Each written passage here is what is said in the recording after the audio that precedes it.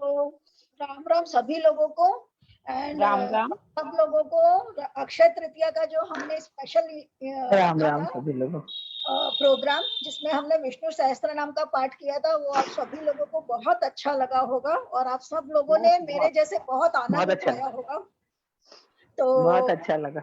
हाँ, और जितने भी लोगों ने हमको उसमें ज्वाइन किया उन सभी लोगों का बहुत बहुत धन्यवाद।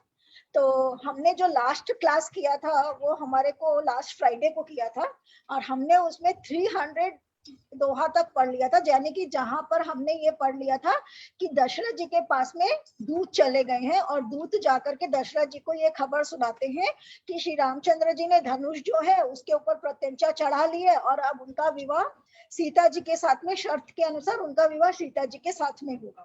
तो उनको वो खबर मिल जाती है और वो लोग सब अब राम जी के वहां दरबार में जाने की तैयारी में लग जाते हैं। तो अब हम 300 से आगे पढ़ेंगे।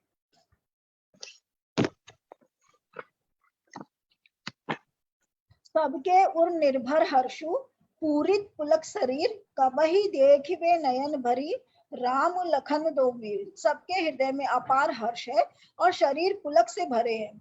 सबको एक ही लालसा लगी है कि हम श्री राम लक्ष्मण दोनों भाइयों को नेत्र भरकर कब देखेंगे।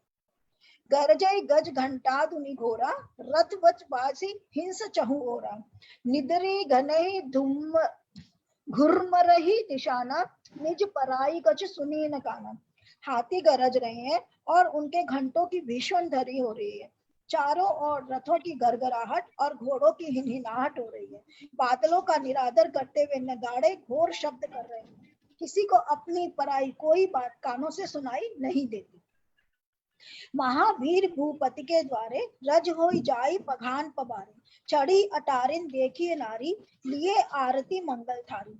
राजा दशरथ के दरवाजे पर इतनी भारी भीड़ हो रही है कि वहां पत्थर फेंका जाए तो वह भी पिसकर चूर हो जाए। अखाड़ियों पर खड़ी स्त्रियां मंगल थालों में आरती लिए देख रही है।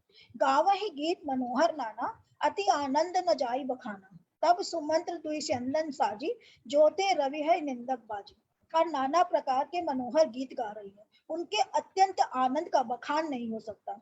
तब सुमंत्र जी ने 2 रथ सजाकर उनमें सूर्य के घोड़ों को भी मात करने वाले घोड़े जोते। 2 रथ रुचिर भूप पहियाने, नहीं शारद पही जाई बखाने, राज समाज एक रथ साजा, दूसर तेज पुंज अति भाजा। दोनों सुंदर रथ वे राजा दशरथ के पास ले आए, जिनकी सुंदरता का वर्णन सरस्वती से भी नहीं हो सकता। एक रथ पर राजसी सामान सजाया गया और दूसरा जो तेज का पुंज और अत्यंत ही शोभायमान था। यही रथ रुचिर वशिष्ठ कहूं, हर्षि चढ़ाई नरेशु, आप चढ़ेऊ चंदना, सुमिरी हरगुर गौरी गणेशु। उस सुंदर रथ पर राजा वशिष्ठ जी को हठ पूर्वक चढ़ाकर फिर स्वयं शिव, गुरु, गौरी और गणेश जी का स्मरण करके रथ पर चढ़े। तो यहाँ पर विवरण है कि कैसे वो लोगों ने तैयारियां शुरू कर दी कि सब लोग, नगर के सारे लोग आ गए हैं, सब इकट्ठे हो गए हैं और सब मंगल आरती लेकर के आरती कर रहे हैं। तो ये सारा का सारा विवरण है, इसमें कुछ समझने का तो है नहीं, इसीलिए मैं पढ़े जा रही हूँ कि ये इस तरीका से हो रहा है। आप खाली इमेजिन कर सकते हो कि कितना सुंदर से वहां पर सब कुछ हो रहा है, कि स्त्रियां खड़ी हैं, मंगल आरती थारी है, इतनी भीड़ हो रखी है कि पत्थर भी पिस करके चूर हो जाए। यानी कि कैसे, जैसे हम लोगों के यहाँ पर इलेक्शन की रैली में भीड़ होती है, इतने लोग इकट्ठे हो जाते हैं कि पत्थर भी कोई मारेगा तो वो चूर तो जैसे इलेक्शन रैली में भीड़ होती है वैसी वहां एकदम तेज भीड़ होकर के रखी कि एक पत्थर भी पिस जाए वहां पर, ऐसी भीड़ वहां पर होकर के रखी हुई है। और इस तरीका से लोग खड़े हैं और खड़े होकर के और राम जी की सवारी का, मतलब वो जो बारात जा रही उसका आनंद ले रहे हैं। और रथ के घोड़े सजे हुए जिसके अंदर में दशरथ जी के लिए और वशिष्ठ जी, ये सारे लोग घोड़ों पर सवार होकर के उन रथों पर बैठ रहे हैं। सहित वशिष्ठ सोहन कैसे, सुरगुरु संग पुरंदर जैसे, करिकुल रीति वेद विदिराऊ, देखी सभई सब भांति बनाओ। वशिष्ठ जी के साथ राजा दशरथ जी कैसे शोभित हो रहे हैं, जैसे देव गुरु बृहस्पति जी के साथ इंद्र हो। वेद की विधि से और कुल की रीति के अनुसार सब कार्य करके तथा सबको सब प्रकार से सजे देखकर, सुमिरी राम गुरु आयस पाई, चले महीपति शंख बजाई, हर्षे विबुध विलोक की पराता, बरसे सुमन सुमंगल दाता। श्री रामचंद्र जी का स्मरण करके गुरु की आज्ञा पाकर पृथ्वीपति दशरथ जी शंख बजाकर चले। बारात देखकर देवता हर्षित हुए और सुंदर मंगलदायक फूलों की वर्षा करने लगे। भयं कोलाहल है गए बाजे, व्योम बारात बाजने साजे, सुरनर नारी सुमंगल गाई, सरस राग बाजही सहनाई। बड़ा शोर मच गया, घोड़े और हाथी गरजने लगे, आकाश में और बारात में दोनों जगह बाजे बजने लगे। देवांगनाएं और मनुष्यों की स्त्रियां सुंदर मंगल गान करने लगी और रसीले राग से सहनाइयां बजाने लगी। घंट घंटी धुनी बरनी न जाही, सरब करई पाइक फहराई, करही विदूषक कौतुक नाना, हाश कुशल फल गान सजाना। घंटे घंटियों की ध्वनि का वर्णन नहीं हो सकता। पैदल चलने वाले सेवक गण अपना पट्टेबाज करतस के खेल कर रहे और फहरा रहे हैं। आकाश में ऊंचे उछलते हुए जा रहे हैं, हंसी करने में निपुण और सुंदर गाने में चतुर विदूषक तरह तरह के तमाशे कर रहे हैं। तो ये कैसी बारात निकल रही है, जा रहे हैं तो किस तरह का हो रहा है माहौल, जैसा कि हम लोगों का कोई वो निकलता है, जब हम लोगों की कोई सवारी निकलती है तो सवारी निकलती है तो कैसा माहौल निकल जाता है। जब सवारी निकलती है तो रथ के पहले क्या होता है, कोई बाजे वाले खड़े हैं, उसके पहले कोई लोग हैं जो कोई कुछ चला रहा है, कोई कुछ खेला कर रहा है। तो इस तरीके से सवारी निकलती है ना, जब भी सवारी निकलती है तो सवारी में इसी तरीका से सब कुछ होता है, गाजा भी है, बाजा भी है, कोई गाना बजा रहा है, कोई कुछ कर रहा है, कोई कलश लिए जा रहा है, कोई मतलब कुछ लोग पैदल चल रहे हैं, कुछ लोग रथ के ऊपर, मतलब भगवान की सवारी रथ के ऊपर में है, कुछ पैदल चलने वाले हैं। तो कुछ वैसा ही, ऐसे समझ लीजिए कि वो एक सवारी ही निकल रही है। तो उस तरह का माहौल वहां पर हो रखा है जब वो बारात निकल रही है श्री रामचंद्र जी की अयोध्या से। भव्य सवारी निकल रही है। बोलती हाँ, हूँ भव्य सवारी निकल रही है। सही, बिल्कुल सही। तुरग नचावे कुंवर बर, अकनि मृदुंग निशान, नागर नट चित वही चकित, बगहिन तालन न था। सुंदर राजकुमार मृदंग और नगाड़े के शब्द सुनकर घोड़ों को उन्हीं के अनुसार इस प्रकार नचा रहे हैं कि वे ताल के बंधने से जरा भी टिकते नहीं है। चतुर नट चकित होकर यह देख रहे हैं। तो नट लोग देख रहे हैं कि लोग कितना कितना ये कर रहे हैं। बनई न बरनत बनी बराता, होई सगुन सुंदर शुभदाता, चारा चाशु बाम दिसले, मनहु सकल मंगल कही दे। बारात ऐसे बनी है कि उसका वर्णन करने से नहीं बनता। सुंदर शुभदायक शकुन हो रहे हैं। नीलकंठ पक्षी बाई और चारा ले रहा है, मानो संपूर्ण मंगलों की सूचना दे रहा हो। दाहिन काग सुखेत सुहावा, नकुल दर्श सब काहू पावा, सानुकूल वह विविध बयारी, सघट सवाल आव नर नारी। दाहिनी ओर कौवा सुंदर खेत में शोभा पा रहा है।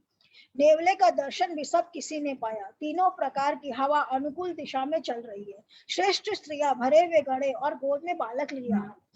तो अब ये बता रहे हैं कि शुभ शुभ शकुन कौन कौन से होते हैं। हम लोग को बुरे शकुन तो बहुत सारे पता है ना, कि बिल्ली रास्ता काट गई तो ऐसे हो जाएगा, ये दिख गया तो वो हो जाएगा, कौवा बोल रहा है तो कुछ हो जाएगा, घर के ऊपर में कौवा बोल रहा है तो कोई मेहमान आ रहे हैं। तो ऐसे बहुत से शकुन है जो हमको पता है, परंतु यहाँ पर और शकुन ये बता रहे हैं। तो उसमें कौन कौन से सुंदर सुंदर शुभ शकुन वो बता रहे, देखिए।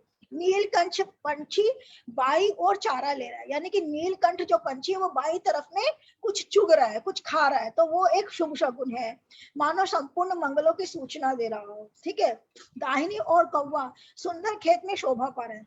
तो ऐसे हम क्या है, कौवे को भगाते हैं, परंतु कौवा अगर आप जहां जा रहे हैं, जो सवारी लेके जा रहे हैं, उसके अगर दाहिनी ओर आपको दिखता है तो वो क्या है, शुभ शकुन है। तो यानी बाई और नीलकंठ पंछी और दाई और आपके कौवा, तो ये दो पक्षी अगर आपको दिखते हैं तो ये शुभ शकुन है। नेवले का दर्शन भी सब किसी ने पाया। नेवले का दर्शन, अब सोचिए, अब उसके अंदर में कह रहे हैं कि नेवले का दर्शन भी, उधर से आएंगे जब तो 8:30 ठीक ही है। हाँ, यहाँ तो जैसे 11 बजे। नेवले का दर्शन भी सब किसी ने पाया। तो इसके अंदर में वो बता रहे कि नेवला जो है वो भी एक शुभ शकुन है, नेवले का दिखना भी। ठीक है। फिर उसके बाद में बता रहे हैं वो नेवले का दर्शन भी किसने पाया। तीनों प्रकार की हवा, मैंने बोली आपको बार बार मैंने ही बताया है कि हवा बड़ी इंपॉर्टेंट है यहाँ पर, कि हवा कैसी चल रही है ना, कि सुंदर मंद और सुगंधित त्रिविध प्रकार की बयारी, ये एक शुभ शकुन होता है कि ये अच्छा समय है। तो सुंदर मंद और सुगंधित है ना, सुंदर का मतलब होता है शीतल, मतलब शीतल मद और सुगंधित। तो जो हवा को सरसराहट है वो अगर अगर ऐसी हवा अगर चल रही है तो वो समय जो है आपका शुभ समय है। और श्रेष्ठ स्त्रियां भरे हुए घड़े और गोद में बालक लिए आ रही हैं। तो हम लोग पहले के जमाने में बोलते थे ना, कोई भी शुभ काम करने जाओ तो सामने से कोई कुंवारी कन्या को बुला लो। तो यहाँ पर ये क्या कह रहे हैं कि अगर आप कहीं बाहर निकल रहे हैं तो श्रेष्ठ स्त्रियां भरे हुए घड़े, यानी पानी का भरा घड़ा हुआ लेकर के अगर स्त्री आ रही है या फिर गोद में बच्चे लेकर के आ रही है, तो वो भी एक शुभ शकुन होता है कि आप कहीं बाहर निकल रहे हैं और सामने से ये दो शकुन भी आपको होता है, तो अच्छा शकुन माना गया है। नहीं, पहले भी तो मुहूर्त साथ के जाते थे तो घड़े की पूजा करके जाते थे। आप घड़े की पूजा करते थे, परंतु वो भी एक शुभ शकुन है। हाँ, वो भी एक शुभ शकुन है। और ये भी एक शुभ शकुन है कि सामने से कोई औरत अगर घड़ा लेकर के आ रही है तो वो भी एक शुभ शकुन है। जमादारिन को भी तो शुभ मानते हैं, जमादारिन जाए तो भी शुभ है।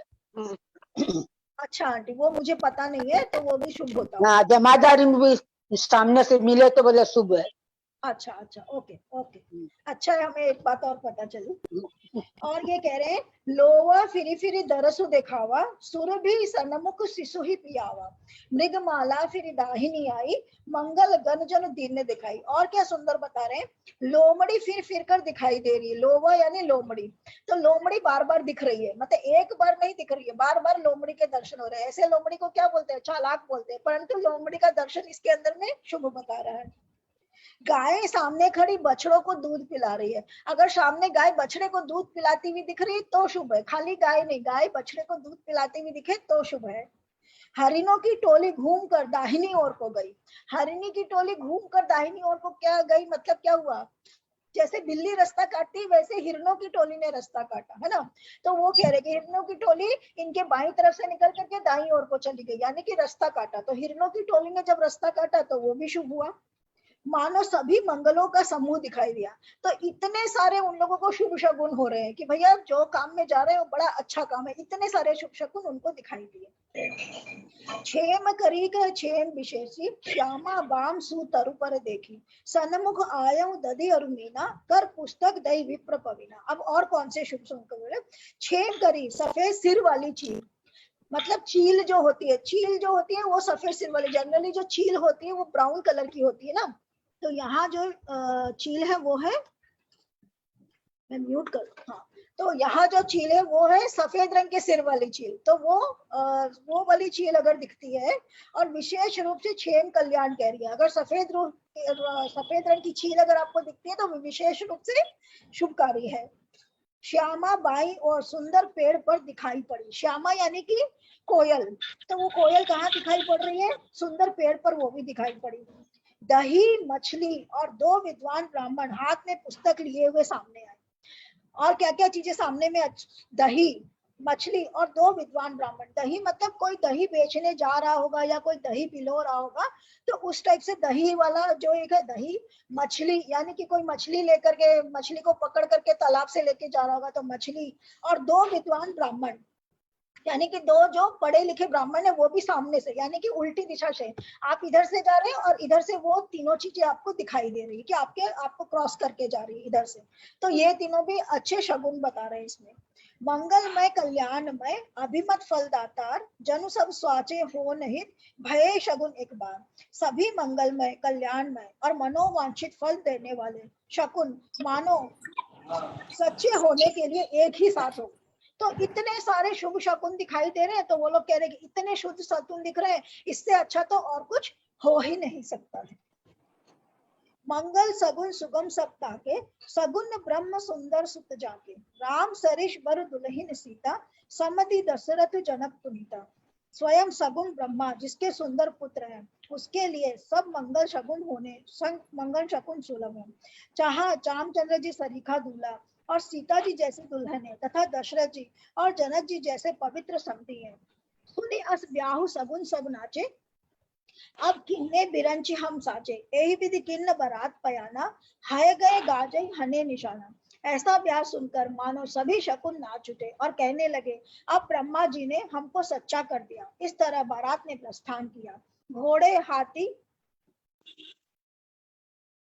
गरज रहे हैं और नगाड़ों पर चोट लग रही है। आवत जानी भानुकुल केतु, सरितनि जनक बंधाए सेतु, बीच बीच बरबास बनाए, सुरपुर सरिस संपदा छाई। सूर्य वंश के पताका स्वरूप दशरथ जी गाते हुए जानकर जनक जी ने नदियों पर पुल बंधवा दिए। जनक जी ने नदियों पर पुल बनवा दिए, बीच बीच में ठहरने के लिए सुंदर घर बनवा दिए, जिनमें देवलोक के समान संपदा छाई है। असन शयन पर बसन सुहाए, पावई सब निज निज मन भाए, नित्य नूतन सुख लखी अनुकूले, सकल बरातिन मंदिर भूले। और जहाँ बारात के सब लोग अपने अपने मन की पसंद के अनुसार सुहावने उत्तम भोजन विस्तर और वस्त्र पाए, मन के अनुकूल नित्य नए सुखों को देखकर सभी बारातियों को अपने घर भूल गए। आवत जानी बारात बर सुनिगह गहे निशान, सजगज रथ बथचर तुरग लेन चले अगवान। बड़े जोर से बजते हुए नगाड़ों की आवाज अंदर तुमको जब श्रेष्ठ टाइम बारात लगाओ, की आपका टू शॉट इसी करके अलमारी में लगाओ। श्रेष्ठ बारात को आती हुई जानकर अगवानी करने हाथी रथ पैदल और घोड़े सजाकर बारात लेने चले गए। तब क्या हो रहा है, बारात लेकर के ये लोग जा रहे हैं, सुंदर शगुन तो हो ही रहे हैं, परंतु क्या होता है जब हम लोग कहीं बारात में जाते तो क्या होता है, हम लोगों के लिए, हम लोग बारात लेकर के अगर कहीं जाते हैं तो बीच रास्ता के अंदर में जिसका जहाँ जान पहचान होता है ना, वो पहले के जमाने में ऐसे ही होता था कि जहाँ आप ठहरने वाले हैं वहां आपके लिए कोई ना कोई नाश्ता वगैरह का इंतजाम रहता था कि भाई बारात रुकते रुकते जाएगी, तो बारातियों के स्वागत के लिए पहले से ही लोगों को भेज देते थे, तो ताकि बारात वालों के लिए वहां पर उचित इंतजाम रहे, खाने पीने का इंतजाम रहे। क्योंकि पहले के जमाने में तो ये तो था नहीं कि गए आप होटल में रुक गए तो आपको धर्मशाला में रुकना पड़ेगा या कोई ऐसी जगह रुकना पड़ेगा, तो सारा इंतजाम पहले से रहता था, तब लोग बारात लेकर के जाते थे, तो पहले बारात ले जाना एक बड़ा काम हुआ करता था। तो वैसे ही ये बता रहे हैं कि यहाँ पर जनक जी को जब पता चला कि वो बारात लेकर के आएंगे तो बीच रास्ते में उन्होंने जगह जगह सुंदर व्यवस्था कर दी। भाई जगह जगह उन्होंने, अगर नदियां हैं तो नदियों को पार करने में मुश्किल होगी तो नदियों के ऊपर में टेम्पररी पुल बना दिया, घास पत्थर का या जैसा भी वो उस टाइप का पुल चलता होगा, तो उन्होंने वैसे पुल बना दिए हैं। और क्या बोलते हैं ना, जगह जगह पुल बना हुआ है। आवाज हो रही है कहीं से, मैं सबको म्यूट कर देती हूँ। तो जगह जगह उन्होंने पुल बना दिए और जगह जगह रहने की व्यवस्था कर दी है ताकि सब लोग आए और आराम से रहें। तो ये सारी व्यवस्था उन्होंने जगह जगह कर दी है ताकि बाराती लोग एकदम आनंद के साथ में जा रहे हैं। और फिर क्या हुआ, बड़े जोर से बजते हुए नगाड़ों की आवाज सुनकर श्रेष्ठ बारात को आती हुई जानकर अगवानी करने हाथी रथ पैदल और घोड़े सजाकर बारात लेने चले। तो जब बारात आती है तो बारात आने के पहले हम लोगों को क्या होता है, खबर मिल जाती है। कैसे खबर मिलती है, बाजा बजने लगता है ना, दूर से ही पहले से ही बाजा वाजा बजने लगता है, तो जोर जोर से जब नगाड़ों की आवाज, हाथी की आवाज, घोड़ों की आवाज और ये सब बजने लगी तो दूर से सबको पता चल गया कि भाई हाँ अब तो बारात आ रही है नजदीक। तो बारात नजदीक आने वाली है तो बारात को पहले क्या करना पड़ेगा, सम्मान तो करना पड़ेगा ना सबको, आओ आओ वीरो जी आओ बोलना तो पड़ेगा ना। तो जनक जी और बाकी सारे लोग जो बारात की अगवानी करने के लिए जाते हैं, तो किसी के पास में बारात का कोई भजन है या गीत है तो वो हम ले लेंगे, नहीं तो हम आगे बढ़ेंगे। कोई कुछ गाना चाहता है बारात से रिलेटेड, किसी को आता है? सुधा जी आपको आता है? मैंने खोजा भी था, बस 2 लाइन समझ में आया फिर नहीं दिखा मुझे। कोई बात नहीं, आप 2 लाइन ही सुना दीजिए हम लोगों को।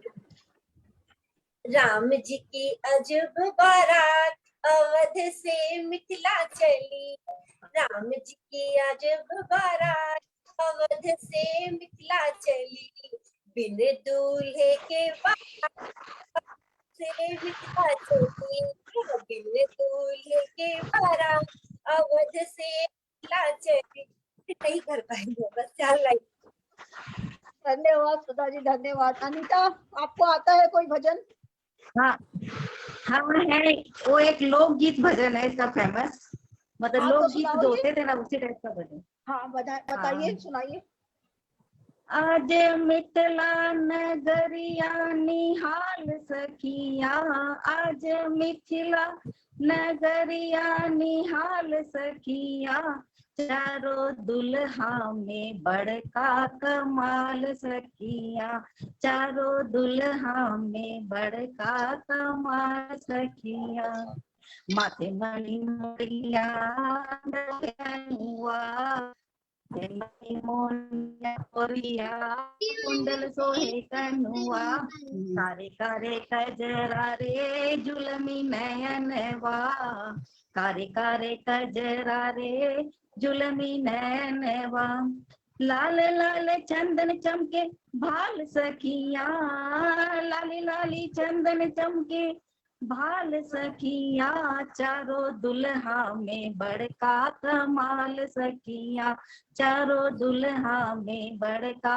कमाल सखिया सावर सावर गौर गौर जोड़िया जवान है सावर सावर गौर गौर जोड़िया जवान है अखिया ने देखलिस सुनलिस न कान है अखिया न देखलिस सुनलिस न कान है युग युग युग जियो जोड़ी बेमिसाल सखिया युग युग जियो जोड़ी बेमिसाल सखिया चारों दुल्हा में बड़का कमाल सखिया चारों दुल्हा में बड़का कमाल सखिया धन्यवाद गगन अनीता जी। मगन आज मगन धरतिया गगन है मगन आज मगन धरतिया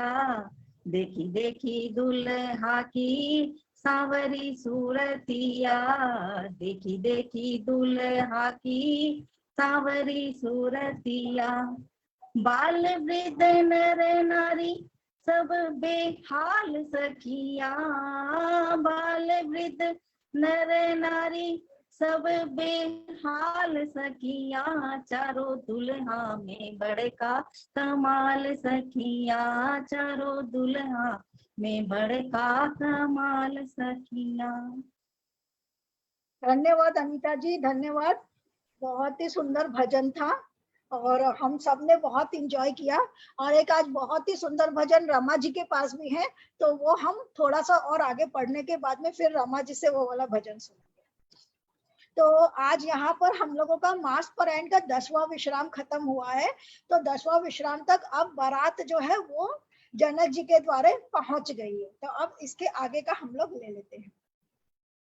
कनक कलश भरी कोपर थारा भाजन ललित अनेक प्रकारा भरे सुधासम सब पकवाने नाना भांति न चाही बखाने दूध शरबत ठंडाई जल आदि से भरकर सोने के कलश तथा जिनका वर्णन नहीं हो सकता ऐसे अमृत के समान भांति भांति के सब पकवानों से भरे हुए परात थाल आदि अनेक प्रकार के सुंदर बर्तन फल अनेक वर वस्तु सुहाई हर्षी भेंट हित भूख पठाई भूषण भशन महामनि नाना खगमृग हय गए बहुविधि जाना उत्तम फल तथा और भी अनेकों सुंदर वस्तुएं राजा ने हर्षित होकर भेंट के लिए भेजी। गहने कपड़े नाना प्रकार की मूल्यवान मणियां पक्षी पशु घोड़े हाथी और बहुत प्रकार की सौदारियां मंगल शगुन सुगंध सुहाए बहुत भांतिमय पाल पठाए ददीप चिवरा उपहार अपारा भरी भरी कांवरी चले कहारा अगवानंद जब दीखी बराता और आनंद पुलक भर गाता देखी बनाव सहित अगवाना मुदित बरातन निहे निशाना तथा बहुत प्रकार से सुगंधित एवं सुहावने मंगल द्रव्य और शगुन के पदार्थ राजा ने भेजे। दही चिवड़ा और अगणित उपहार की चीजें कांवड़ों में भर भर कर कहार चले। अगवानी करने को जब बारात दिखाई दी तब उनके हृदय में आनंद छा गया और शरीर रोमांच से भर गया। अगवानों को सज धज के साथ देखकर बारातियों ने प्रसन्न होकर नगाड़े बजवाए। हर्षि परस्पर मिलन हितिक कछुक चले गगमेल जनु आनंद समुद्र दुई मिलत बिहाई सुबेल। बाराती तथा अगवानों में कुछ लोग परस्पर मिलने के लिए हर्ष के मारे बाग छोड़कर दौड़ चले और ऐसे मिले मानो आनंद के दो समुद्र मर्यादा छोड़कर मिलते हैं। तो बारात की अगवानी के लिए किस तरीका से मतलब कहार भर भर करके, क्योंकि वो तो जमाना है ना, तो दूसरा जगह से आ रहा है, तो कहार मतलब जैसे पानी की पलटी भर करके वो लोग जैसे कावड़ पर उठा उठा करके जल लेकर के जाते हैं शिव जी को चढ़ाने के लिए जब श्रावण का महीना रहता है, तो वैसे ही कावड़ के ऊपर में भर भर करके थाल ले लेकर के आ रहे हैं। तो कोई में दही है, कोई में चिवड़ा है, खाने पीने की सब चीजें, क्योंकि रास्ता में तो कुछ खाने को मिला नहीं होगा, जो वहां से लाए होंगे वो खाए होंगे। अब यहाँ आते ही सबसे पहले सबको क्या लगेगी, भूख लगेगी, तो इसलिए सबके लिए खाने का पूरा इंतजाम वो सब ले लेकर के बारात आ गई है। और वहां से जो लोग आ रहे हैं वो सब लोग आपस में एक दूसरे को ऐसे मिल रहे जैसे मानो बरसों की जान पहचान हो। तो कितना सुंदर से जब दो लोग मिलते हैं तो उसको कितना सुंदर से इन्होंने यहाँ उपमा दिया है कि मानो आनंद के दो समुद्र मर्यादा छोड़ करके मिलते हैं। मतलब दोनों लोगों के मन में कितना आनंद है, ऐसा आनंद जैसा जिसकी कल्पना वो आनंद को किससे कंपैरिजन कर रहे हैं, वो जो फीलिंग ऑफ हैप्पीनेस है उसको किससे कंपेयर कर रहे हैं, समंदर से। समंदर को हम लोग माप नहीं सकते, इसलिए उन लोगों के अंदर का जो आनंद है उसको भी हम लोग माप नहीं सकते, है ना। अब मान लीजिए सपोज हम कहीं जाए और हमको अचानक से रमा जी मिल जाए या कीर्ति जी मिल जाए तो कितना आनंद आएगा, अरे कीर्ति जी मिल गई, अरे हम लोग आपस में ऐसे गले मिलेंगे, अरे रमा जी मिल गए, सुधा जी मिल गए। क्यों, जिनको हम देख रहे हैं उनके मिलने की हमको कभी पता नहीं कब मिलेंगे, कलकत्ता में नहीं रहते तो ऐसे लगते ना, अरे मिल गए तो लगेगा कि हाँ बड़ी आनंद की बात हो गई है। तो वैसे ही कह रहे हैं कि समंदर का जैसा प्रेम है, दोनों लोग आपस में यूं मिल रहे जैसे समंदर आपस में मिल रहे हो। इसका मतलब ये कि इतना प्रेम है समंदर के जैसा जिसको हम लोग माप नहीं सकते, वैसे प्रेम के साथ सब लोग आपस में मिलते हैं। बरसी सुमन सुर सुंदरी गावई, मुदित देव दूधम भी बजावई, वस्तु सकल राखी आगे, विनय किन्न तिन अति अनुरागे। देव सुंदरियां फूल बरसाकर गीत गा रही है और देवता आनंदित होकर नगाड़े बजा रहे हैं। उन लोगों ने सब चीजें दर्शनार्थियों के दशरथ जी के आगे रख दी और अत्यंत प्रेम से विनती की। प्रेम समित राय सब लेना, भय बकसीस जाचकने दीना, करी पूजा मान्यता बढ़ाई, जन वासे कहूं चले लवाई। राजा दशरथ जी ने प्रेम सहित सब वस्तुएं ले ली, फिर इनको बख्शिश में होने लगी और वे याचकों को दे दी गई। तदनंतर पूजा आदर सत्कार और बड़ाई करके आगवान लोग उनको जनवासे की ओर लिवाल दे चले। तो देखिए ये बख्शीश का सिस्टम कितना पुराना है ना। हम लोग सोचते हैं टिप जो है वो आजकल हम लोगों ने ही शुरू करी है। ये यहाँ पर तुलसीदास जी बता रहे हैं कि वो जो लोग सामान लेकर के उनको वो टिप दिए, जैसे हम लोग टिप देते हैं तो वैसे यहाँ पर भी उन्होंने बख्शीश दिया। तो ये बख्शीश का सिस्टम कितना पुराना है, एटलीस्ट इस रामायण में रामचरितमानस में लिखा हुआ तो इतने साल पुराना तो है, 1400 से चला आ रहा है, मतलब 600 साल पुराना सिस्टम हो गया। वो खुशी से दे रहे हैं ना, बहुत खुश हो रहे हैं कि सब बांट रहे हैं, कोई कुछ भी कर पहले रहे के हैं। जमाने में तो आता था ना कि जब कोई खुशखबरी लेकर के आता था तो राजा अपने गले का टीका माला या कुछ कुछ ऐसे चीज दे ही देते अभी थे। भी देने वाले देते हैं ना, दिवाली पे कोई कुछ लेके आता है तो हम लोग बोलते हैं उसको खाली मत भेजो, कुछ भी हाँ, गिफ्ट कोई भी भिगाता है, मिठाई मिठाई सब भेज देते हैं ना, कि अच्छा हम लगता है लोग भी उसको भी करते हैं अच्छा। कि जब किसी के हाँ बच्चे वगैरह होते हैं और कोई हमारे यहाँ मिठाई वगैरह हाँ, भेजता मिठाई लेके है, आता, हाँ हाँ तो देते हैं। बच्चे की है या शादी ब्याह की है मिठाई लेके आता तो लगता है कि हाँ भाई थोड़ा इसको खुशी कुछ का ज्यादा काम है तो देते हैं, वैसे बहुत देते हैं। खुश हो रहे हैं ना, सब आनंदित हो रहे हैं। हाँ खुशी तो होकर दे आनंदित रहे होकर के वो सबको टिप दे रहे हैं। तो यहाँ लिखा हुआ कि हैं। बख्श दे रहे हैं सब लोगों को। वसन विचित्र पावड़े परहि, देखी धनतु धनु मधु परिहरहि, अति सुंदर दीनेउ जनवासा, जहाँ सा कौसक भांति सुपासा। विलक्षण वस्त्रों के पावड़े पड़ रहे हैं जिन्हें देखकर कुबेर भी अपने धन का अभिमान छोड़ देते हैं। बड़ा सुंदर जनवासा दिया गया, वहां सबको सब प्रकार का सुविधा है। जनवासा मतलब जहाँ रहने की जगह, होटल या धर्मशाला या व्हाटएवर इट वाज जो उस जमाने में प्रचलित था, वैसे बड़े सुंदर से जगह में उन सब लोगों को ठहराया गया है। जानी सी बरातपुर आई, कछ निज महिमा प्रगट जनाई, हृदय सुमेरी सब सिद्धि बुलाई, भूप पहुनई करई पठाई।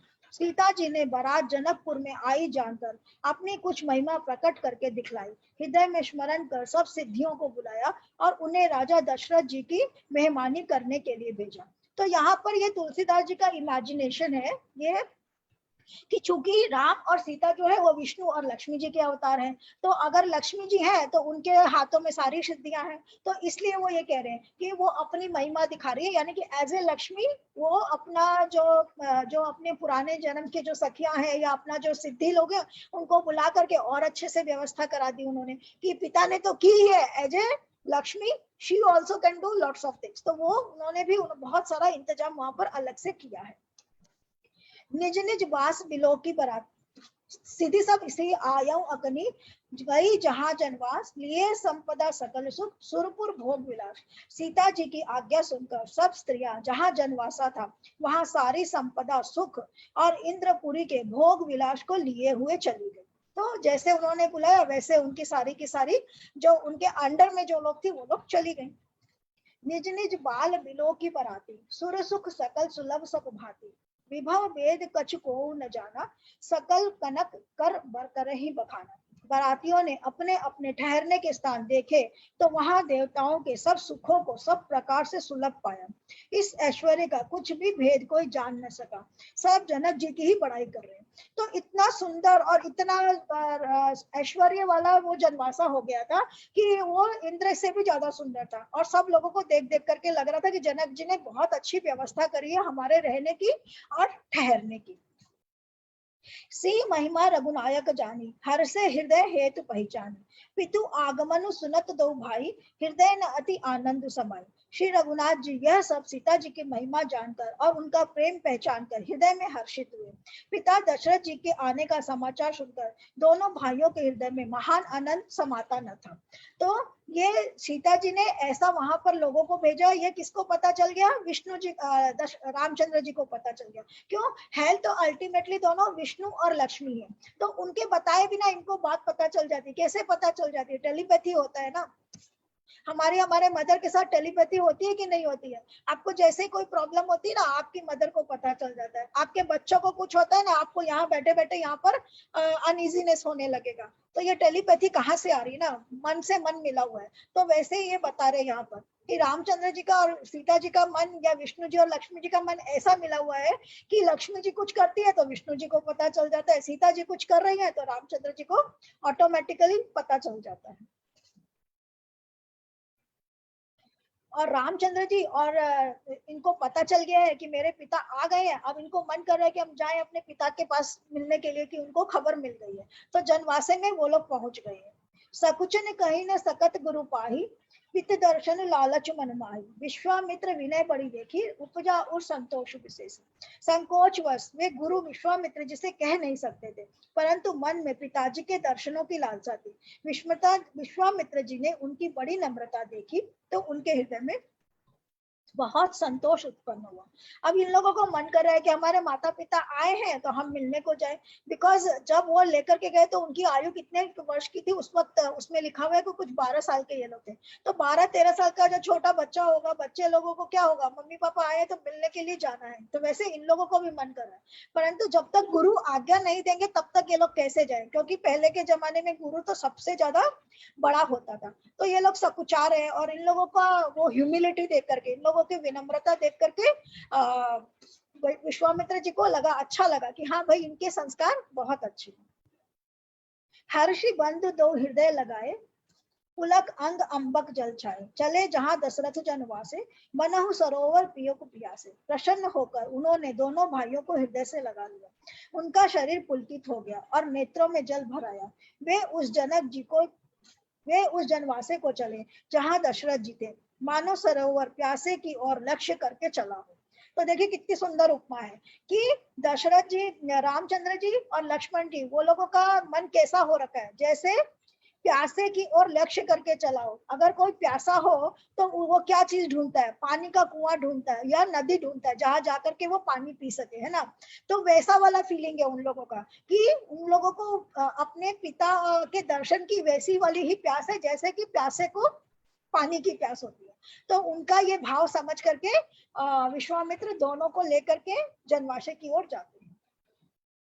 भूप बिलोके जब ही मुनि, आवत सुतन समेत, उठे हर्ष से सुख सिंधु मह, चले था हसी ले।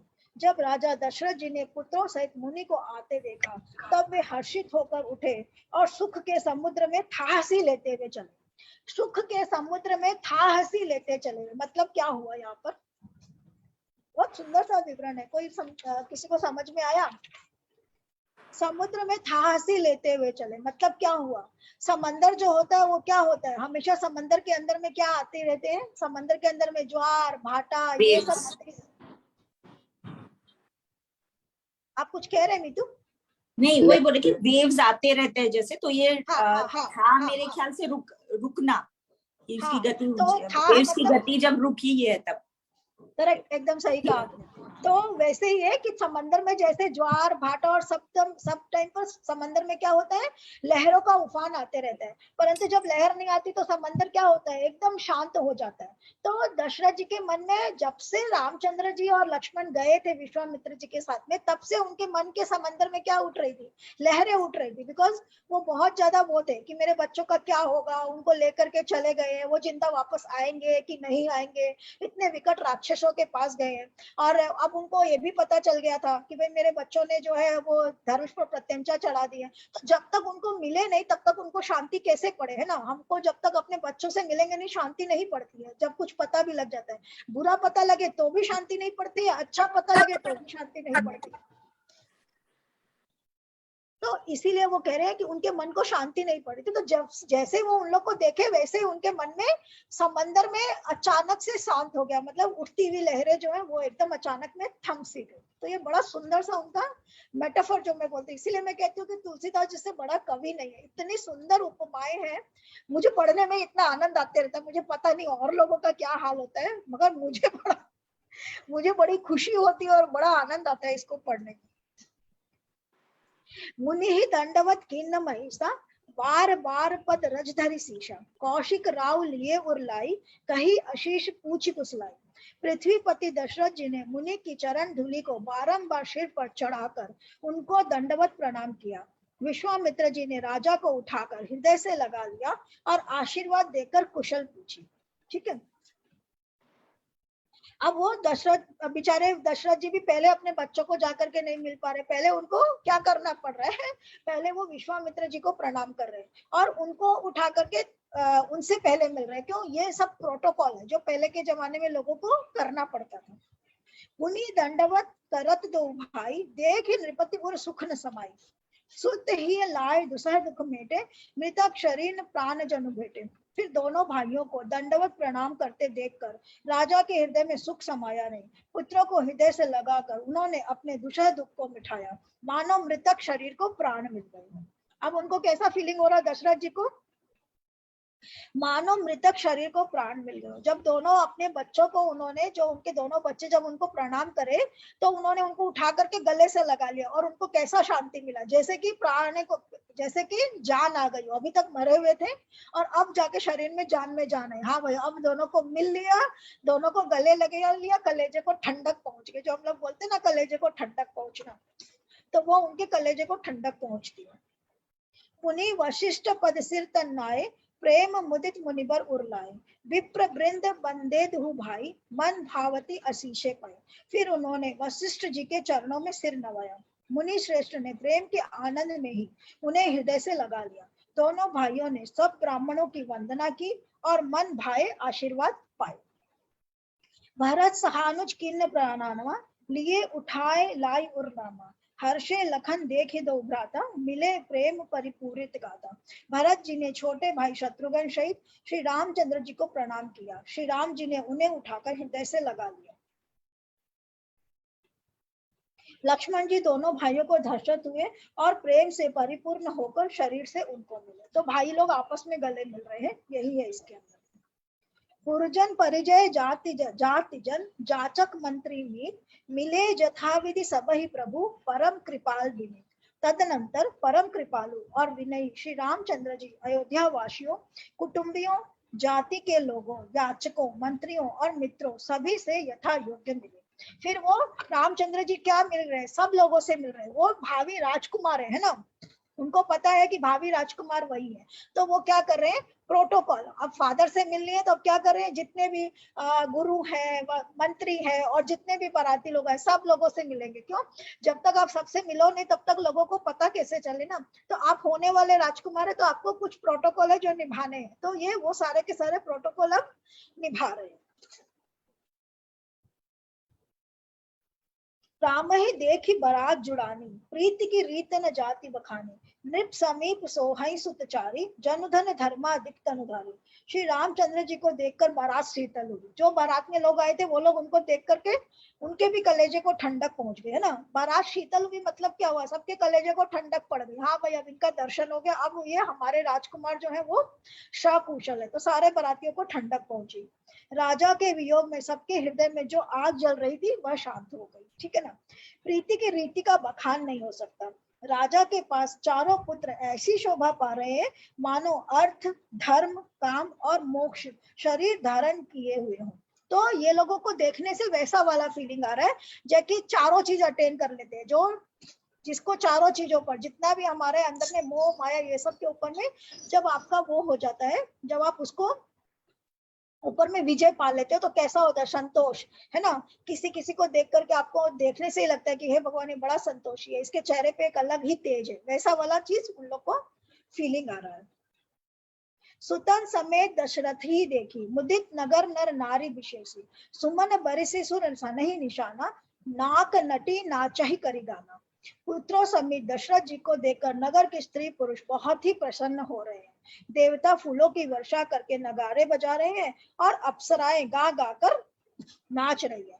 तो नाच गाना जो है, जो कहते हैं कि नाचना गाना बुरा होता है, आपको बार बार रामायण के अंदर में इसका वर्णन आता है कि अप्सराएं नाच रही है, किन्नर गा रहे हैं। तो ये नाच गाना को बुरा कहीं पर भी नहीं बताया है कि कोई भी अगर सेलिब्रेशन हो तो उसमें नाच गाना तो एकदम मस्ट है, वो रामायण काल से मस्ट है। हाँ, तो उसको बुरा नहीं बता रहे वो कभी भी। जो हम आजकल जो भद्दा डांस होता है मैं उसकी बात नहीं कर रही हूँ, परंतु नाच गाने को बुरा कहीं पर भी नहीं बता रहे कि नाच गाना करना अच्छा होता है। तो ये कह रहे हैं कि अप्सराएं गा रही हैं और देवता फूलों की वर्षा कर रहे हैं, ये सारी चीजें वहां पर भी हो रही है। सतानंद अरु विप्र सचिवगण मागध सूत विदुष बंदीजन सहित बरात राव सन्माना आयशु माग फिरे अगवाना। आगवानी में आए हुए सतानंद जी, अन्य ब्राह्मण, मंत्रीगण, मागध, सुत, विद्वान और भाटों ने बारात सहित राजा दशरथ जी का आदर सत्कार किया। फिर आज्ञा लेकर वे वापस लौटे। तो जो पहले अभी जनक जी इन लोगों की अगवानी करने के लिए नहीं आए, पहले उन्होंने किसको भेजा, पहले उन्होंने उन लोगों को भेजा जो लोग इन लोगों का लाइफ को थोड़ा कंफर्टेबल बना सकते, तो पहले उनको भेजे। तो जब ये लोग कंफर्टेबल हो जाएंगे और सब अच्छे हो जाएंगे तब जनक जी उनको शायद मिलने को आएंगे। तो अभी वो नहीं आए, ये सारे लोग मिल करके और इनको कंफर्टेबल करके चले गए। प्रथम बरात लगनते आई ताते पुर प्रमोद अधिकाई। ब्रह्मानंद लोग सब लय वहां दिवस निश विधि सन कहे। बारात लग्न के दिन से पहले आ गई है, इससे जनकपुर में अधिक आनंद छा रहा है। सब लोग ब्रह्मानंद प्राप्त कर रहे हैं और विधाता से मनाकर कहते हैं कि दिन रात बढ़ जाए। तो बारात लगन से पहले, यानी कि अभी तक तो तारीख तो पक्की हुई नहीं है, उसके पहले बारात तो वहां पहुंच ही गई है और सब लोग सोच रहे हैं कि भाई थोड़ा ज्यादा टाइम मिले तो हम लोग इनके साथ ज्यादा दिन रह सके। राम सी शोभा अवधि सुकृत अवधि दो राम जहता पुरजन कहीं अस मिली नर नारी समाज। श्री रामचंद्र जी और सीता जी सुंदरता की सीमा है और दोनों राजा पुण्य की सीमा है। जहाँ तक जनकपुरवासी स्त्री पुरुषों के समूह इकट्ठे होकर यही कह रहे। तो ये लोग कह रहे कि भाई दोनों का जोड़ी तो बहुत ही सुंदर है। जनक सुकृत मूर्ति वैदेही दशरथ सुकृत राम धरि देही। इन सम काहु न शिव अपराधे काहु न इन समान फुल्लादे। जनक जी के सुकृत यानी कि सुकृत यानी कि सुकर्म यानी कि अच्छे कृत यानी अच्छे कर्म।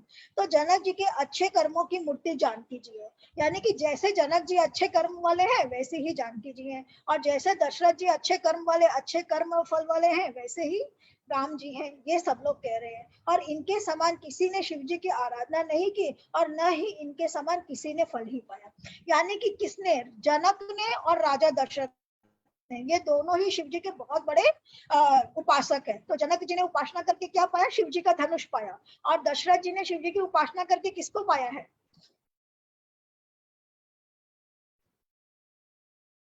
श्री रामचंद्र जी को पाया है। उनके चारों पुत्र, उन्होंने उनकी उपासना करी तो उनको चारों पुत्र मिले हैं। तो दशरथ जी को उनकी उपासना करके चारों पुत्र मिले और जनक जी ने उपासना करके शिव जी का धनुष को पाया। तो इसीलिए कह रहे कि इन दोनों से बड़ा तो कोई शिव जी का उपासक हो ही नहीं सकता, दशरथ जी और जनक जी से बड़ा।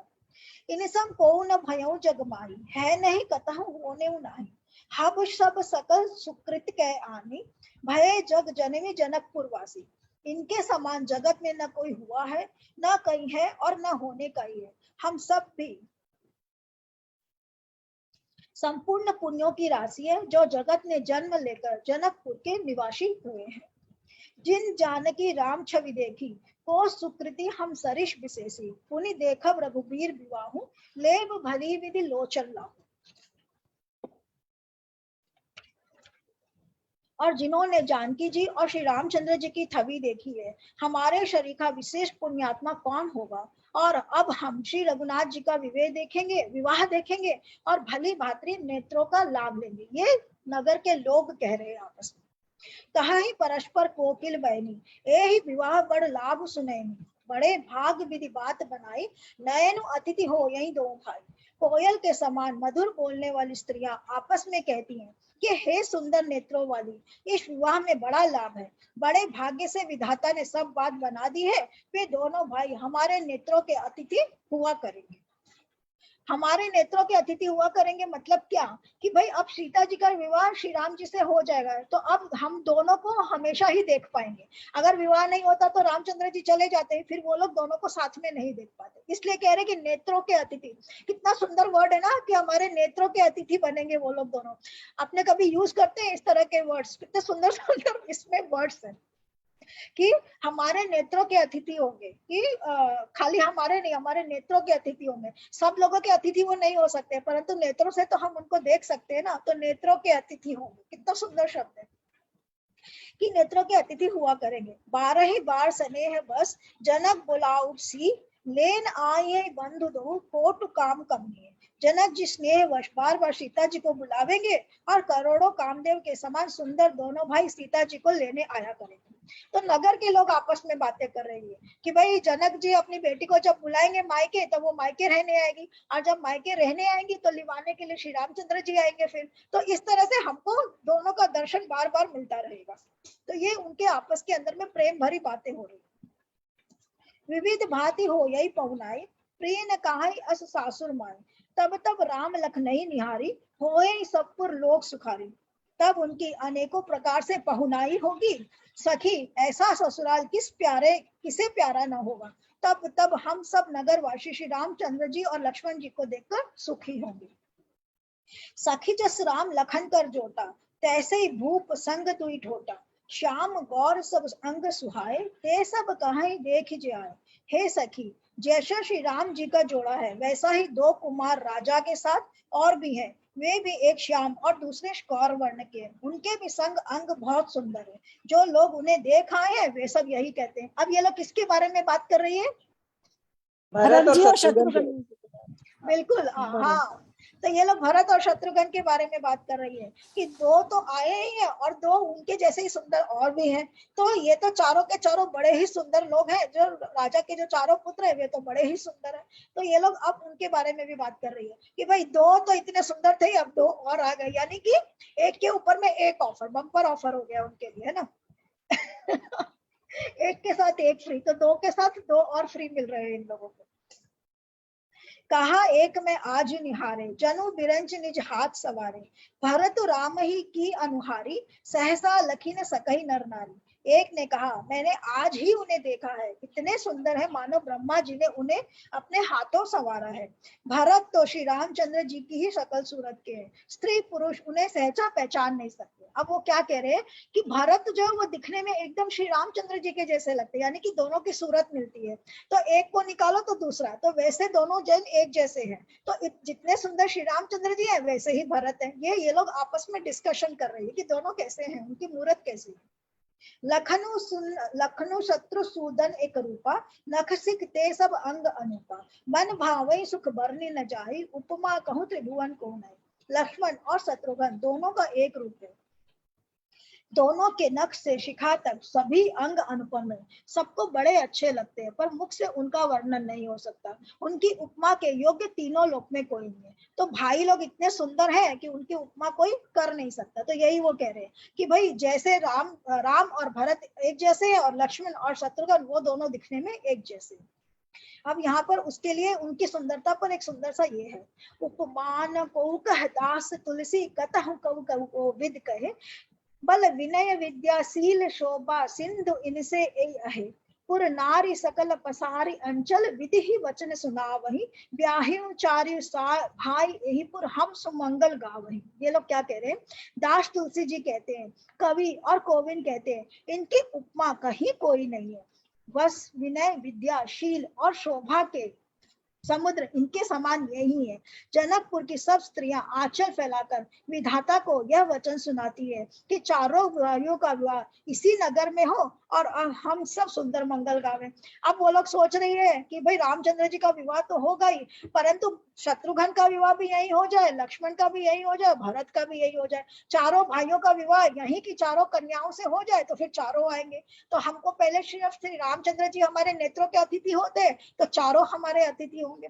तो ये नगर के वासी आपस के अंदर में बातें कर रहे हैं। कहा ही परस्पर नारी बारी, विलोचन पुलक तन, सखी सब करब पुरारी पुण्य, पयोनिधि भूप दो। नेत्रों से जल भरकर पुलकित शरीर से स्त्रियां आपस में कह रही हैं कि हे सखी, दोनों राजा पुण्य के समुद्र हैं, त्रिपुरारी शिवजी सब मनोरथ पूर्ण करेंगे। तो त्रिपुर को मारने वाले त्रिपुरारी, तो त्रिपुरारी शिवजी जो है वो हमारे मन की इच्छा को जरूर पूर्ण करेंगे, ऐसा वो लोग मना रही है। यही विधि सकल मनोरथ करही, आनंद उमगी उमगी उर भरे, जे नृप सिए स्वयंवर आए, देख बंधु सब तिन सुख पाए। इस प्रकार सब मनोरथ कर रही हैं और हृदय को उमंग उमंग कर आनंद से भर रही है। सीता जी के स्वयंवर में जो राजा आए थे, उन्होंने भी चारों भाइयों को देखकर सुख पाया। कहत राम जसु बिसत विशाला, निज निज भवन गए महिपाला, गए बीत कछ दिन यही भांति, प्रमुदित पुरजन सकल बराती। श्री रामचंद्र जी का निर्मल और महान यश कहते हुए राजा लोग अपने अपने घर गए। इस प्रकार कुछ दिन बीत गए। जनकपुर निवासी और बराती सभी बड़े आनंदित हैं।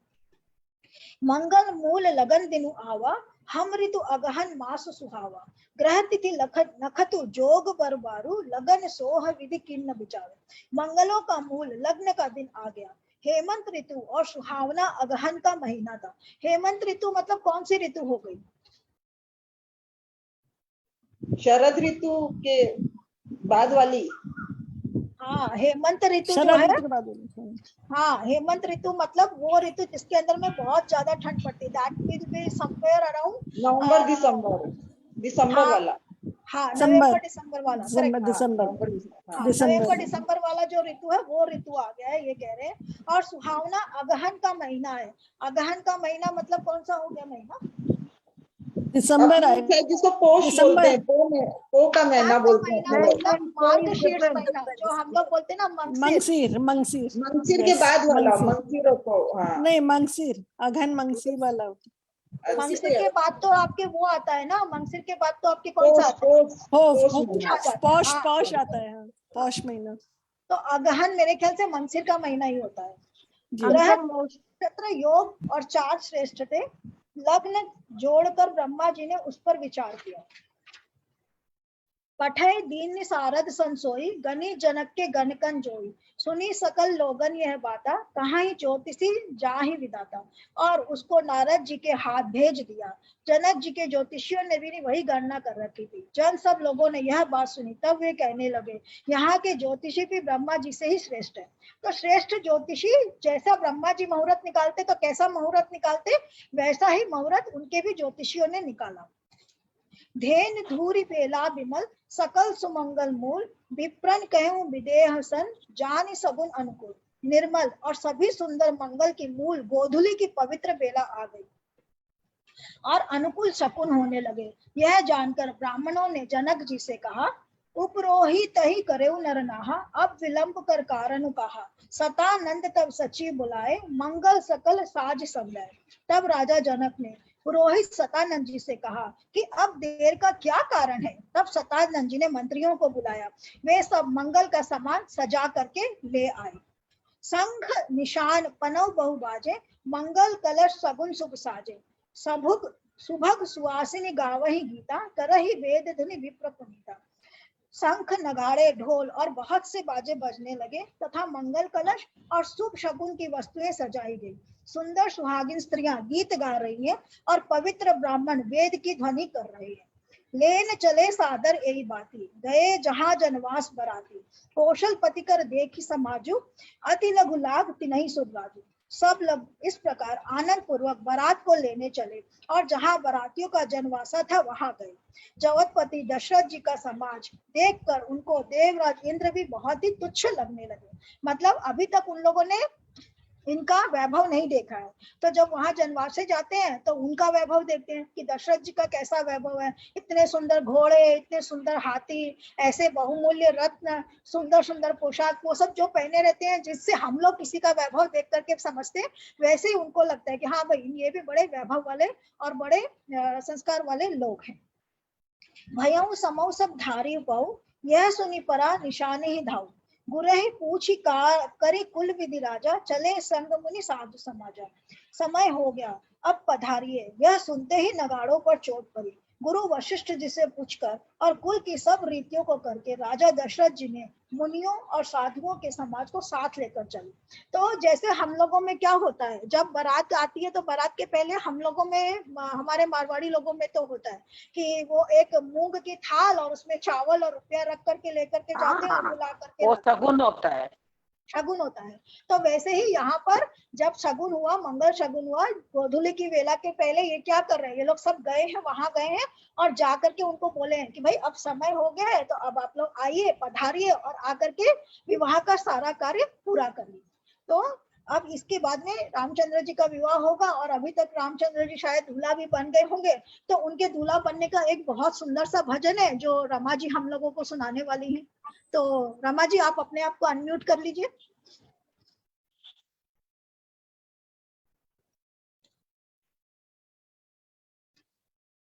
रमा जी, हाँ सुनाइए। राम जी दूल्हा बने हैं तो सुना रही हूँ मैं। राजा दशरथ के छोना बने हैं देखो हरे हरे, बने हैं देखो राम बरना, राजा दशरथ के छोना। शीश राम के सहरा सोहे लड़ियां है नगदार, शीश राम के सहरा सोहे लड़ियां है नगदार, मात कौशल्या करे आरती, दशरथ थैली लौटाए, बने हैं देखो हरे हरे, बने हैं देखो राम बरना, राजा दशरथ के छोना। गले राम जी के तोड़ा सोहे कंठा है नगदार, गले राम जी के तोड़ा सोहे कंठा है नगदार, सारी सखियां मंगल गावे हो रही जय जयकार, बने हैं देखो राम बरना, राजा दशरथ के छोना। हाथ राम जी के कंगना सोहे मेहंदी है रंगदार, हाथ राम जी के कंगना सोहे मेहंदी है रंगदार, चाची रानी कंगना बांधे मांगे नेग हजार, बने हैं देखो राम बरना, राजा दशरथ के छोना, बने हैं देखो हरे हरे, बने हैं देखो राम बरना, राजा दशरथ के छोना। अंगराज के अंगरखा सोहे पटका फुंदनेदार, अंगराज के अंगरखा सोहे पटका फुंदनेदार, भाभी रानी काजल डाले माँ करे हास पर हास, बने हैं देखो हरे हरे, बने हैं देखो राम बरना, राजा दशरथ के छोना। बहुत ही सुंदर भजन।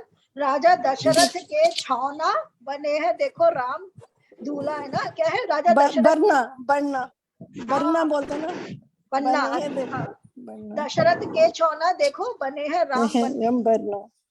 तो बड़ा ही सुंदर भजन था कि उनके छौना यानी उनके पुत्र है ना, उनके छोटे छोटे बच्चे तो सुंदर सा ये भजन था कि उन्होंने किस तरीके से सब कुछ पहन के रखा हुआ है, कि पट बांध के रखा हुआ है, धोती पहनी हुई है, ये इसका पूरा श्रृंगार का वर्णन है इसके अंदर में।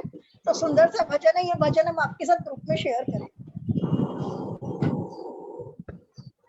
तो इस तरीके से राम जी का ये हुआ है। और अब वो उनको बुलाने आ गए हैं कि सब तैयारी हो गई है, तो चलिए अब हम लोग शादी का तैयारी हो गया तो शादी में चलते हैं, या विवाह में चलते हैं, सॉरी। भयो समय सब धारी उपाओ, यह सुनी परा निशानी धाओ, गुरहि पूछ करी कुलविधि राजा, चले संग मुनि साधु समाजा। समय हो गया अब पधारिए, यह सुनते ही नगाड़ों पर चोट पड़ी। गुरु वशिष्ठ जी से पूछकर और प्रिल की सब रीतियों को करके राजा दशरथ जी मुनियों और साधुओं के समाज को साथ लेकर के वहां चले जहां पर विवाह होना है। भाग्य विभव अवधेश कर, देख देव ब्रह्मादि, लगे सराहन सहस सुख, जान जनस विज आदि। अवध नरेश दशरथ जी का भाग्य और वैभव देखकर और अपना जन्म व्यर्थ समझकर ब्रह्मानी आदि देवता हजारों सुखों से उनकी सराहना करने लगे। तो बाकी लोगों को क्या लग रहा है, जो लोग प्रेजेंट है उनको लग रहा है कि हम तो बड़े लकी है, और जो प्रेजेंट नहीं उनको क्या लग रहा है कि अरे हम तो बड़े अनलकी है जो हम ये विवाह नहीं देख पा रहे। तो जो लोगों ने भी, जो भी देवता जो है वो मनुष्य रूप धर करके आए थे, उनको बड़ा खुशी हो रहा है। और जो वहां पर है, मतलब पृथ्वी लोक में जो लोग प्रेजेंट है वही देख सकते हैं ना, जो पृथ्वी लोक में नहीं है वो कैसे देखेंगे। तो जो पृथ्वी लोक में नहीं है उनको फील हो रहा है कि हम तो बड़े अनलकी है कि हम इस समय जन्म नहीं लिए तो हम देख नहीं पा रहे। सुरन सुमंगल अवसर उजाना, बरसई सुमन बजाई निशाना, शिव ब्रह्मादिक विभुत बरुथा, चढ़े विमानन नाना जूथा। देवगण सुंदर मंगल का अवसर जानकर नगाड़े बजा बजाकर फूल बरसाते, शिवजी ब्रह्मा जी आदि वेश वृंद जूत बना बनाकर विमानों पर जा चढ़े। प्रेम पुलक तन हृदय उछाऊ, चले बिलोकन राम दियाओ। देख ही जनकपुर सुर अनुरागे, निज निज लोक सभई लघु लागे। और प्रेम से पुलक शरीर हो गया और हृदय में उत्साह भरकर श्री रामचंद्र जी का विवाह देखने लगे। जनकपुरी को देखकर पिता इतने अनुरक्त हो गए कि उन सबको अपने अपने लोक बहुत तुच्छ लगने लगे। तो सबका अपना अपना लोक होता है ना, इंद्र का इंद्र लोक है, कुबेर का अपना लोक है, वो त्रिशंकु में लटके हुए उनका अपना लोक है। वैसे ही बोलते हैं भगवान कृष्ण का गोलोक है, विष्णु जी जो है वो शेष नैया पर है तो उनका वहां पर है, ब्रह्मा जी का जो है वो ब्रह्म लोक है। तो ये सारे लोगों को अपने अपने लोक आज पृथ्वी की कल्पना में छोटे लग रहे हैं कि भैया आज पृथ्वी पर जितनी धूम है और जितना पृथ्वी के ऊपर आनंद है वैसा आनंद आज किसी भी लोक में नहीं है। चितवही चकित विचित्र बिताना, रचना सकल अलौकिक नाना, नगर नारी नर रूप निधाना, सुधर सुधरम सुशील सुजाना। विचित्र मंडप को तथा नाना प्रकार की सब अलौकिक रचनाओं को वे चकित होकर देख रहे हैं। नगर के स्त्री पुरुष रूप के संदार सुघड़ श्रेष्ठ धर्मात्मा सुशील और सुजान है। तिनाई देख सब सुर नारी, भये नखत जिनु विधि उजियारी। विधि है भयो आचरजु विशेषी, निज करने कछु कतहु न देखी। उन्हें देखकर सब देवता और देवांगनाएं ऐसे प्रभाहीन हो गए जैसे चंद्रमा के उजियाले में तारागण फीके पड़ जाते हैं। ब्रह्मा जी को विशेष आश्चर्य हुआ क्योंकि उन्होंने अपनी कोई करनी तो कहीं देखी ही नहीं। मतलब इतने सुंदर रामचंद्र जी और सीता जी लग रहे हैं कि सभी देवी देवता उनके आगे तुच्छ लग रहे हैं, मतलब उनके आगे प्रभावहीन लग रहे हैं। शिव समझाए देव सब, जानी आचरज भुलाओ, हृदय विचारो धीर धरी, श्री रघुवीर विवाहो। तब शिवजी ने सब देवताओं को समझाया कि तुम लोग आश्चर्य में मत भूलो, हृदय में धीरज धरकर विचार तो करो कि यह श्री सीता जी का और श्री रामचंद्र जी का विवाह है। तो शंकर जी बोल रहे कि तुम लोग क्यों टेंशन में आ रहे हो कि तुम लोगों से ज्यादा इन लोगों का प्रभाव है, क्योंकि ये तो विष्णु जी और लक्ष्मी जी के स्वरूप सीता जी और श्री रामचंद्र जी है, तो इनका प्रभाव तो तुमसे ज्यादा बड़ा होगा, तो तुम लोग चिंता मत करो। ऐसे करके शिव जी उनको समझा रहे। तो ये हो गया है 314 दोहा। तो आज हम लोग यहीं तक पढ़ते हैं, इसके बाद का हम लोग मंगलवार को लेंगे, जब विवाह होगा तब का प्रकरण हम लोग तब ले लेंगे। तो आज यहीं तक हम लोग कर लेते हैं। और इसके अंदर में यहाँ पर ये दिया हुआ नहीं है, क्योंकि दोनों ही लोग एक दूसरे को जानते नहीं है ना। तो जब ये जनक जी उनको मिलने के लिए जाते हैं, वाल्मीकि के रामायण में लिखा हुआ है, हाँ वाल्मीकि रामायण में वो लिखा हुआ है कि जब जनक जी दंडवासे में इनको मिलने के लिए जाते हैं तो दोनों अपने अपने उनको लेकर के जाते हैं, अपने अपने जो गुरु रहते हैं, जो इनके जो पुरोहित जिनको बोलते हैं, जो उनको लेकर के जाते। हाँ शतानंद जी जो उनको लेते हैं। शतानंद जी को, हाँ वो शतानंद जी को लेकर के जाते हैं और इनके साथ में वशिष्ठ जी रहते हैं।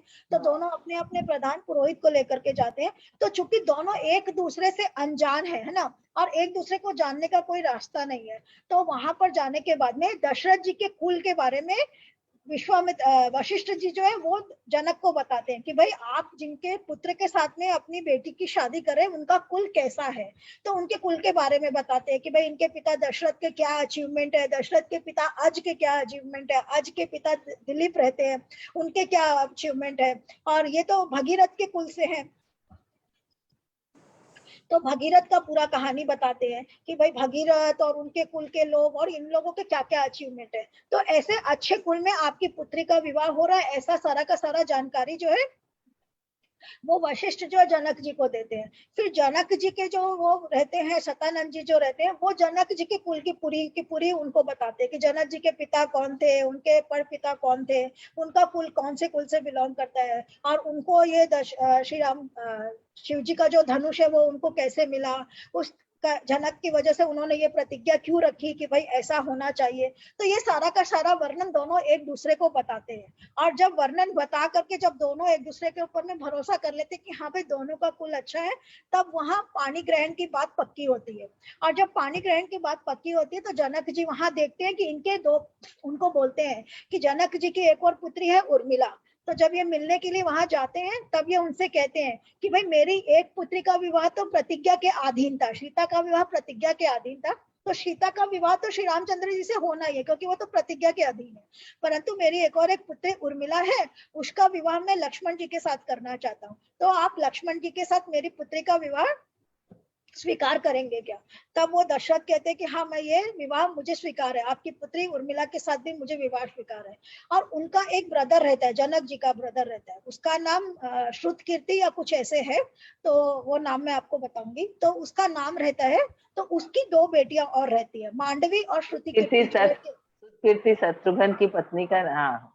हाँ श्रुति कीर्ति तो उनकी बेटी का नाम रहता है, और राजा का नाम श्रुत वर्मा ऐसे कुछ रहता है, वो जनक जी के भाई रहते हैं। तो वो जनक कहते हैं कि ये मेरा सगा भाई है श्रुत वर्मा, और इसकी भी दो बेटियां हैं मांडवी और श्रुति कीर्ति। तो अगर आपको तो अगर आपकी आज्ञा हो तो इन दोनों, उसकी भी दोनों पुत्रियों का विवाह हम आपके पुत्र के साथ करना चाहते हैं। तो उसी दिन वो जा करके और चारों भाइयों के लिए चारों बहन का हाथ मांगते हैं, और उसी दिन चारों भाइयों और चारों बहनों का विवाह जो है इनके साथ में पक्का हो जाता है। तो ये सारा का सारा विवरण जो है वो वाल्मीकि रामायण में है। तो उसी दिन वो लोग जब मिलने के लिए जाते हैं तभी वो जनवासे में जा करके और दोनों भाइयों को देख करके उनके कुल का वर्णन सुन करके उसी वक्त इन लोगों के साथ में उनका विवाह जो है वो निश्चित कर देते हैं कि इनका विवाह इनके साथ में होगा। तो ये मैं आप लोगों को बताना चाह रही थी कि थोड़ा सा आपके नॉलेज के लिए। ठीक है, तो राम राम। कर लिया है, क्या कह रहे हैं? बहुत नॉलेज मिलता है हम लोग को आपसे। हाँ